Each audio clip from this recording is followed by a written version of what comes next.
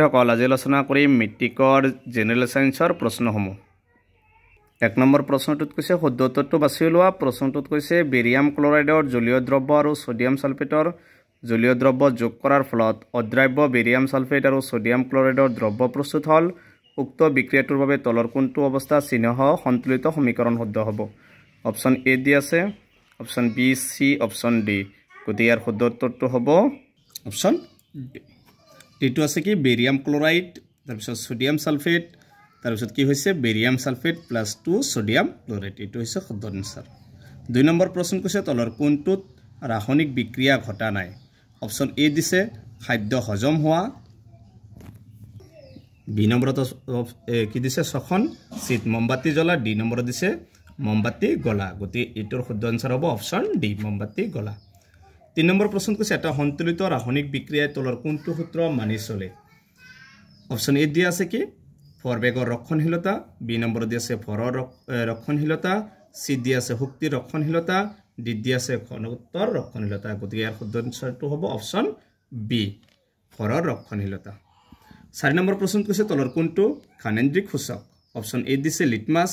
B হালধি, এই litmus আৰু হালধি এইটো কি হ'ব? এইকেইটা নহয়। গতিকে তাৰপিছত আছে ভেনিলা আৰু আছিল ফিন'ফথিলিন। গতিকে ইয়াৰ শুদ্ধ আনসাৰ হ'ব অপশ্যন সি ভেনিলা। 5 নম্বৰ প্ৰশ্ন কৈছে ধাতৱ অক্সাইডবোৰ হ'ল অপশ্যন এ দিছে আম্লিক, বিত ক্ষাৰকীয়, চিত প্ৰহম, ডিত ওপৰৰ এটাও নহয়। গতিকে 5ৰ শুদ্ধ আনসাৰ হ'ব অপশ্যন বি ক্ষাৰকীয়। ধাতৱ অক্সাইডবোৰ সদায় ক্ষাৰকীয়। 6 নম্বৰ প্ৰশ্ন দিছে সোডিয়াম হাইড্ৰোজেন কাৰ্বনেট তাৰপিছত আছে সোডিয়াম কাৰ্বনেট 10H2O পানী লগ হৈ তাৰমানে দুটা খালি ঠাই দিছে। কোনটো হ'ব? অপশ্যন বি দি আছে কাপোৰ ধোৱা soda, baking soda. Option B দি আছে বেকিং ছ'ডা, কাপোৰ ধোৱা ছ'ডা। অপশ্যন চি দি আছে কি caustic soda, baking soda. Option D দি আছে বেকিং ছ'ডা, কষ্টিক ছ'ডা। গতিকে ইয়াৰ শুদ্ধটো হ'ব অপশ্যন বি বেকিং ছ'ডা আৰু কাপোৰ ধোৱা ছ'ডা। 7 নম্বৰ প্ৰশ্ন কৈছে দন্তক্ষয়ৰ ক্ষেত্ৰত তলৰ উক্তিটো বিবেচনা কৰা।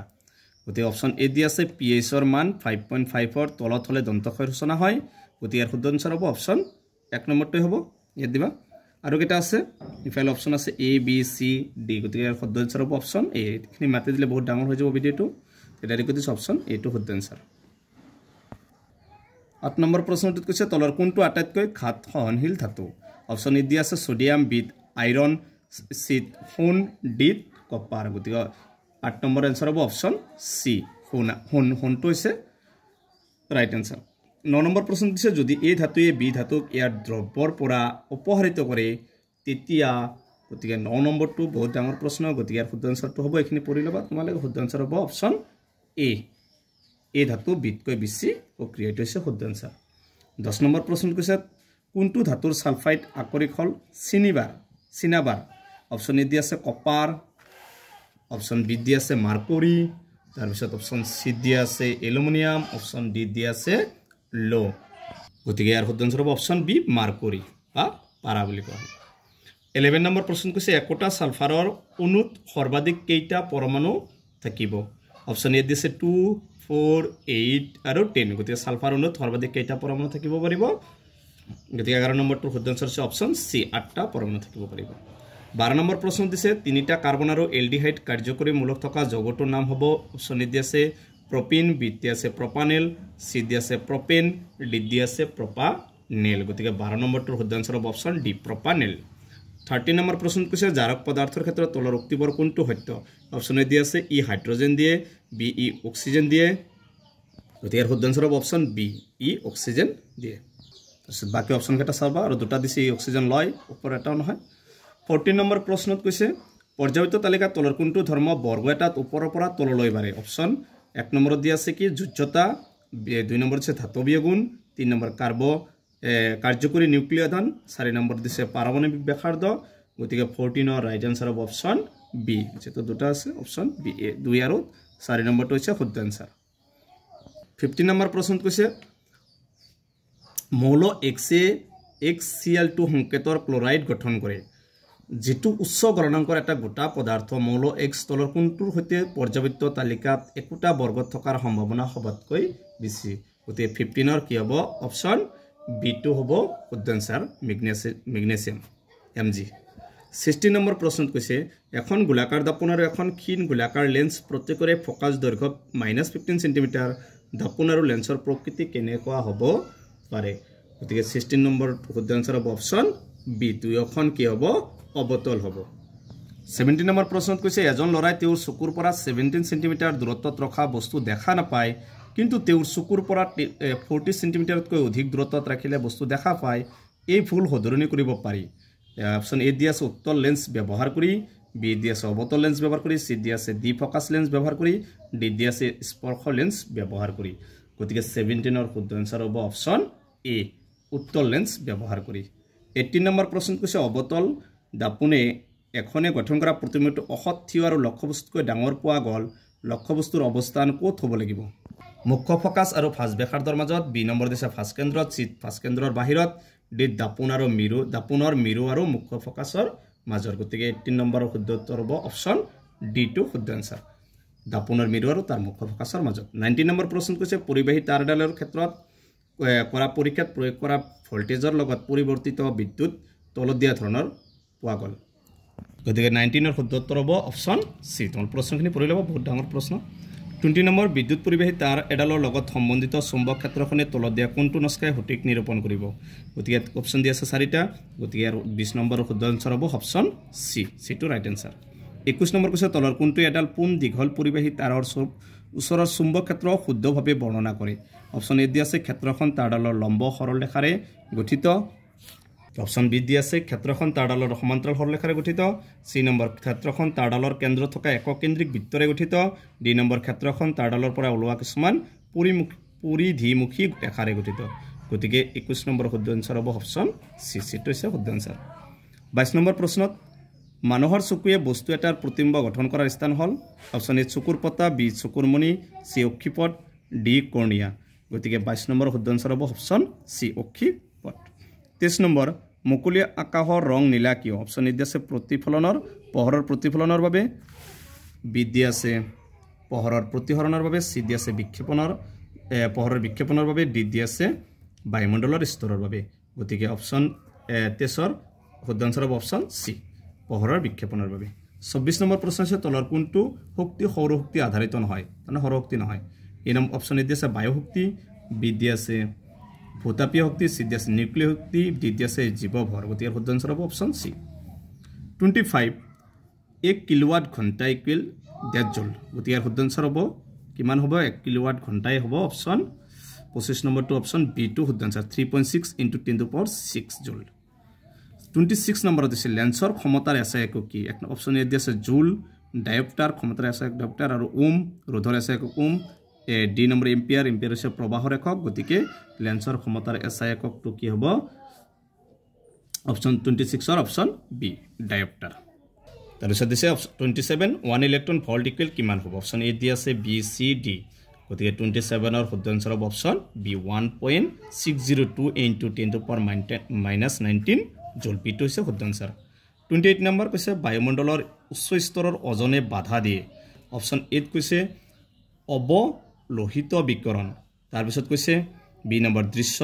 ৰশ্মি সি নম্বৰ অতি বেঙুনীয়া ৰশ্মিৰ বিকিৰণ ডি নম্বৰ উভয় গতিকে ইয়াৰ শুদ্ধ আনসাৰ হ'ব অপচন সি 28 ৰ অপচন সি টু শুদ্ধ আনসাৰ অতি বেঙুনীয়া ৰশ্মিৰ বিকিৰণ 29 নম্বৰ প্ৰশ্ন কৈছে তলৰ কোনটো শক্তিৰ নৱীকৰণযোগ্য উৎস নহয় অপচন এ দিয়া আছে সূৰ্য বতাহ জীৱাশ্ম ইন্ধন পানী 29 ৰ শুদ্ধ আনসাৰ হ'ব অপচন সি জীৱাশ্ম ইন্ধনটো হৈছে নৱীকৰণযোগ্য শক্তিৰ উৎস নহয় 30 নম্বৰ কয়লা আৰু পেট্ৰলিয়াম গঠনৰ উৎস হ'ল অপচন এ দিয়া আছে কলিফৰ্ম বি দিয়া আছে জীৱভৰ সি দিয়া আছে সেউজগৃহ গেছ ডি দিয়া আছে মহাসামুদ্ৰিক পানী গতিকে ৰাইট আনসাৰ হ'ব অপচন বি জীৱভৰ 31ত কৈছে শক্তি প্ৰবাহৰ ৰৈখিক চিত্ৰৰ পৰা এটা কথা স্পষ্ট যে শক্তিৰ প্ৰবাহ সদায়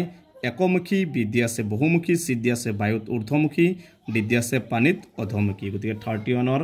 ৰাইট আনসাৰ হ'ব অপচন এ একমুখী 32 প্ৰশ্নত কৈছে চিত্ৰত দেখুৱাৰ দৰে এটা ইলেক্ট্ৰন এখন চুম্বক ক্ষেত্ৰত তাৰ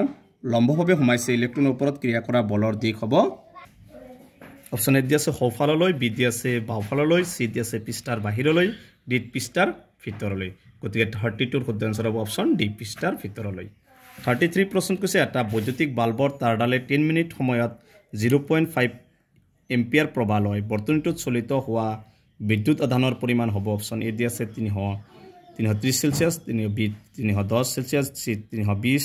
আৰু ডি দি আছে 300 গতিকে 33 ৰ ৰাইট আনসাৰ হ'ব অপশ্যন ডি 300 34 প্ৰশ্নত কৈছে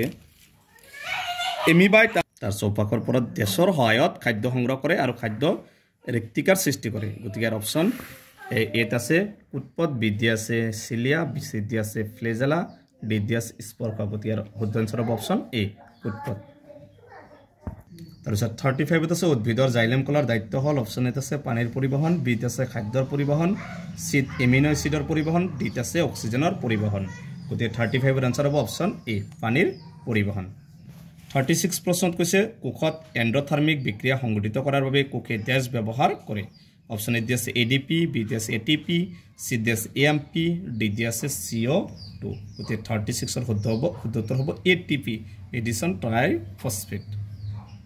37 প্ৰশ্নত কৈছে দুটা নিউৰনৰ মাজৰ খালি ঠাইখিনি কি বুলি কোৱা হয় অপশ্যন এ দি আছে ডেনড্ৰাইট বি দি আছে সাইনোপেছ সি দি আছে এক্সন ডি দি আছে প্ৰেৰণা গতিকে ইয়াৰ শুদ্ধ আনসাৰ হ'ব অপশ্যন বি সাইনোপেছ 38 প্ৰশ্নত কৈছে তলৰ কোনবিধ উদ্ভিদ হৰমনে উদ্ভিদৰ কোষ বিভাজনত সহায় কৰে গতিকে অপশ্যন এ দি আছে কি সাইটোকাইনিন বি দি আছে ইষ্ট্ৰোজেন সি দি আছে থাইৰক্সিন ডি দি আছে ইনসুলিন গতিকে 38 ৰ শুদ্ধ আনসাৰ হ'ব অপশ্যন এ সাইটোকাইনিন তাৰপিছত 39 প্ৰশ্ন কৈছে কিছুমান ঐচ্ছিক কাৰ্য যেনে এডাল সিধা ৰেখাত খোজ কৰা সাইকেল চলোৱা পেন্সিল এডাল ধৰা আদি নিয়ন্ত্ৰণ কৰা পশ্চাৎ মস্তিষ্কৰ অংশটো হল অপশ্যন এ দি আছে সেৰিবেলাম বি দি আছে সেৰিব্ৰাম সি দি আছে পন্স ডি দি আছে মেডুলা 39 ৰ শুদ্ধ আনসাৰ হ'ব অপশ্যন এ সেৰিবেলাম 40 নম্বৰ প্ৰশ্ন কৈছে এমিবাৰ দৰে এককোষী প্ৰাণীয়ে ড্যাশ প্ৰক্ৰিয়াৰ দ্বাৰা প্ৰজনন কৰে অপশ্যন এ দি আছে দ্বি বিভাজন বি দি আছে বহু বিভাজন সি দি আছে মুকুলোদগম ডি দি আছে বিভংগন গতিকে শুদ্ধ আনসাৰ হ'ব অপশ্যন এ দ্বি বিভাজন নম্বৰ প্ৰশ্ন কৈছে পৰাগ ধানিত ড্যাশ থাকে অপশ্যন এ দি আছে বিটুপাত বি দি আছে ডিম্বক সি দি আছে স্ত্ৰীকেহৰ ডি দি আছে পৰাগৰেণু 41 ৰ ৰাইট আনসাৰ হ'ব অপশ্যন ডি পৰাগৰেণু 42 প্ৰশ্ন কৈছে তলৰ কোনটো অংগ মানুহৰ দেহৰ স্ত্ৰীজনন তন্ত্ৰৰ অংশ নহয় অপশ্যন এ দি আছে ডিম্বাবয় বি দি আছে জৰায়ু সি দি আছে শুক্ৰবাহী নলী ডি দি আছে ফেলোপিয়ান নলী গতিকে 42 ৰাইট আনসাৰ হ'ব অপশ্যন সি শুক্ৰবাহী নলী 43 প্ৰশ্নত কৈছে তলত দিয়া সমবৃত্তিক অংগ বাছি লোৱা অপশ্যন এ দি আছে বাদুলিৰ পাখি আৰু চৰাইৰ পাখি বি দি আছে বাদুলিৰ পাখি আৰু মানুহৰ আঘাত সি দি আছে ফেকুলিৰ আগঠেং আৰু জিঠিৰ আগঠেং ডি দি আছে চৰাইৰ পাখি আৰু ফেকুলিৰ আগঠেং 43 ৰাইট আনসাৰ হ'ব অপশ্যন এ বাদুলিৰ পাখি আৰু চৰাইৰ পাখি 44 প্ৰশ্নত কৈছে 19 শতিকাত প্ৰাকৃতিক নিৰ্বাচনৰ যোগেদি প্ৰজাতিৰ উৎপত্তিৰ ধাৰণা দিয়া সূত্ৰটো কোনে আগবঢ়াইছিল অপশ্যন এ দি আছে চাৰ্লছ ডাৰউইন বি দি আছে গ্ৰিগৰ জোহান মেণ্ডেল সি দি আছে ষ্টেনলি এল মিলাৰ ডি দি আছে হেৰল্ড সি উৰে গতিকে 44 ৰ ৰাইট আনসাৰ হ'ব অপশ্যন এ চাৰ্লছ ডাৰউইনে 45 প্ৰশ্নত কৈছে এটা মেণ্ডেলীয় পৰীক্ষাত এডাল বেঙুনীয়া ফুলধাৰী ওখ গছৰ সৈতে বগা ফুলধাৰী এডাল চুটি মটৰ মাহৰ গছ সংকৰণৰ ঘটতে আটাইবোৰ উৎপাদিত গছ বেঙুনীয়া ফুলধাৰী পোৱা গ'ল কিন্তু প্ৰায় তাৰে আধা সংখ্যক মটৰ মাহৰ গছ চাপৰ পোৱা গ'ল এই ফলাফলৰ আধাৰত তলৰ কোনটো জিনীয় সংযুক্তি ওখ পৈতৃক গছত আছিল বুলি ক'ব ধৰিব পাৰি ঠিক অপশ্যন এ দি আছে দুটা ডাবল টি ডাবল ডব্লিউ আৰু বি দি আছে small double T double W তাৰ আছে সিটি তাৰপিছত স্মল টি ডব্লিউ ডব্লিউ দুটা কেপিটেল আছে ডি দি আছে এটা কেপিটেল টি তাৰপিছত স্মল টি কেপিটেল ডব্লিউ আৰু স্মল ডব্লিউ গতিকে 45 ৰ আনসাৰ হ'ব অপশ্যন সি গতিকে এইকেইটা আছিল MCQ কোৱেশ্চন তাৰপিছত আছিল লং কোৱেশ্চন কেইটা আছিল চাবা ৰেডক্স বিক্ৰিয়া বুলিলে তুমি কি বুজা তলৰ বিক্ৰিয়াটোৰ পৰা জাৰণ আৰু বিজাৰণ অংশটো বাছি লোৱা বি নম্বৰত কৈছে পুৰা চূণ আৰু শিথিলতা চূণৰ সংকেত লিখিব লাগে 47 দিছে HCl পানী দ্ৰৱিত কৰিলে হোৱা ৰাসায়নিক বিক্ৰিয়াটো লিখা বিক্ৰিয়াটো উৎপন্ন হোৱা আয়ন কেইটাৰ নাম লিখা 48 নম্বৰ প্ৰশ্নত কৈছিল বহুৰূপ বুলিলে তুমি কি বুজা কাৰ্বনৰ দুটা বহুৰূপৰ নাম লিখা সিহঁতৰ গঠন ভিত্তিত কেনেদৰে পৃথক 49 প্ৰশ্নত কৈছে এমালগাম কি ব্ৰঞ্জত থকা ধাতু দুটাৰ নাম লিখা ব্ৰঞ্জ সংকৰ ধাতু হয়নে 50 নম্বৰ প্ৰশ্ন কৈছে থাৰ্মোট বিক্ৰিয়া কি ইয়াৰ ৰাসায়নিক সমীকৰণটো লিখা ইয়াৰ এটা ব্যৱহাৰ লিখা 51 নম্বৰ প্ৰশ্ন কৈছে কাৰ্যকৰী নিউক্লিয় আধান কি পৰ্যায়িত তালিকাত কাৰ্যকৰী নিউক্লিয় আধান বৰ্গ আৰু পৰ্যায় এটাত কেনেদৰে সলনি হয় 52 প্ৰশ্নত আছে ডাক্তৰ এজনে বিধান দিয়া সংশোধনীমূলক লেন্সৰ ক্ষমতা প্লাছ 1.5 ডাইপ্টাৰ লেন্সখনৰ প্ৰকাশ দৈৰ্ঘ্য নিৰ্ণয় কৰা এই লেন্সখন অবিহাৰী নে অপহাৰী তাৰপিছত এনেকৈ প্ৰশ্নকেইটা তোমালোকে চাই যাবা মই মাতি দিলে ভিডিঅ'টো ডাঙৰ হ'ব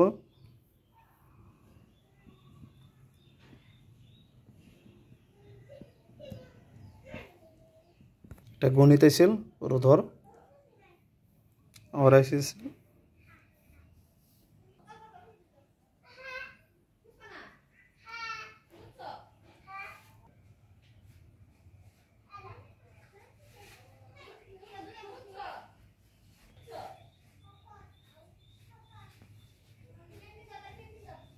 গতিকে এটা আছিল আজিৰ মেট্ৰিকৰ বিজ্ঞানৰ কুৱেশ্যনসমূহ